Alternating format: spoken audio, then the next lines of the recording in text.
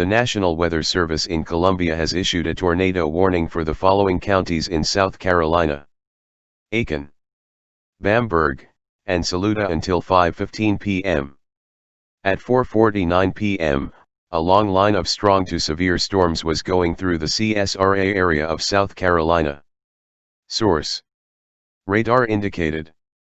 Impact: indefinitely. Strong rotation is possible with this storm. Take shelter now.